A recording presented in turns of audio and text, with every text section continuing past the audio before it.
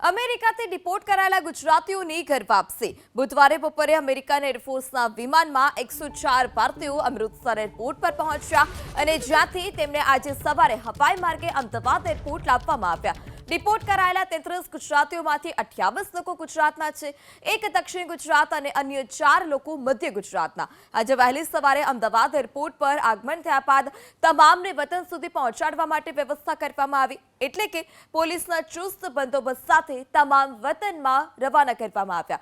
Deport થયેલા ગુજરાતીઓએ પોતાનો ચહેરો ઢાંકીને રાખ્યો હતો। જો કે એબીપી અસ્મિતાના સંવાદદાતાએ તેમની સાથે વાત કરવાનો પણ પ્રયાસ કર્યો, પરંતુ ડિપોર્ટ થયેલા લોકોએ મીડિયા સમક્ષ કંઈ પણ કહેવાનો ઇનકાર કર્યો। જો કે અમદાવાદ એરપોર્ટ પર આવેલા 33 ગુજરાતીઓની પૂછપરછ કરવામાં ન આવી હોવાના અહેવાલ પણ મળી રહ્યા છે, પરંતુ તેમને વતનમાં લઈ ગયા બાદ જે તે જિલ્લાની એલસીબી કચેરીઓએ તેઓનું ઇન્ટ્રોગેશન કરી શકે છે તે પ્રકારની માહિતી પણ સામે આવી છે। આજે વહેલી સવારે અમૃતસરથી જે ફ્લાઇટ આવી એમાં ગુજરાતી જે ડિપોર્ટ કર્યા હતા 33 જણા હતા, બાળકોને મહિલા પુરુષો સાથે, અને એ લોકોને અહીંયા લોકલ એરપોર્ટ પર પોલીસ બંદોબસ્ત પણ રાખ્યો હતો અને જે તે જિલ્લામાં પોતાના ઘરે પરત કરેલ છે। અને વ્યવસ્થામાં બસ જે તે જિલ્લામાંથી બોલાયા હતા પોલીસને અને એ લોકો એમને ઘરે પહોંચાડી દેવા। ડિપોર્ટ કરાયેલા ગુજરાતીઓને લઈ ધારાસભ્ય સીજે ચાવડાનું નિવેદન। યુવા પેઢીમાં અમેરિકા જવાની હોડ ગેરકાયદે રીતે કોઈપણ દેશમાં ન જવું જોઈએ। આવનારા 10 વર્ષમાં લોકો ભારત તરફ દોટ મૂકશે।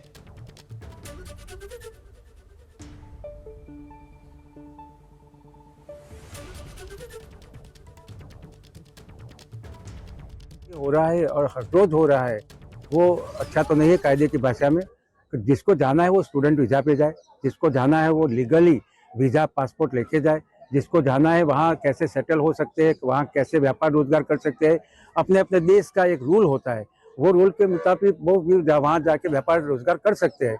जो दुर्घटना हो रही है तो हमको मालूम है, और दुर्घटना होने के बाद पूरे फैमिली या लड़का या लड़की जो गई है वो बर्बाद हो जाती है।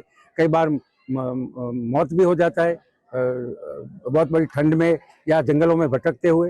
लेकिन फिर भी वो जो जा रहे फिर भी इसमें कमी नहीं आती है, फिर भी जाते थे तो जाने वाले तो जाते ही है। लेकिन ऐसे लोगों को ऐसा देख के समझना चाहिए कि हमारे देश में जो सुख है, हमारे देश में जो मज़ा है, हमारे देश में जीने का जो आनंद है वो प्रदेश की धरती पे नहीं है। लेकिन सिर्फ और सिर्फ 21वीं सदी की जो कमाई की बात है और इकोनॉमिकल स्टैंडर्ड अपना बढ़े वो बात है, उसके लिए ये क्या दूसरे को पूछ के अमेरिका चले जाते हैं।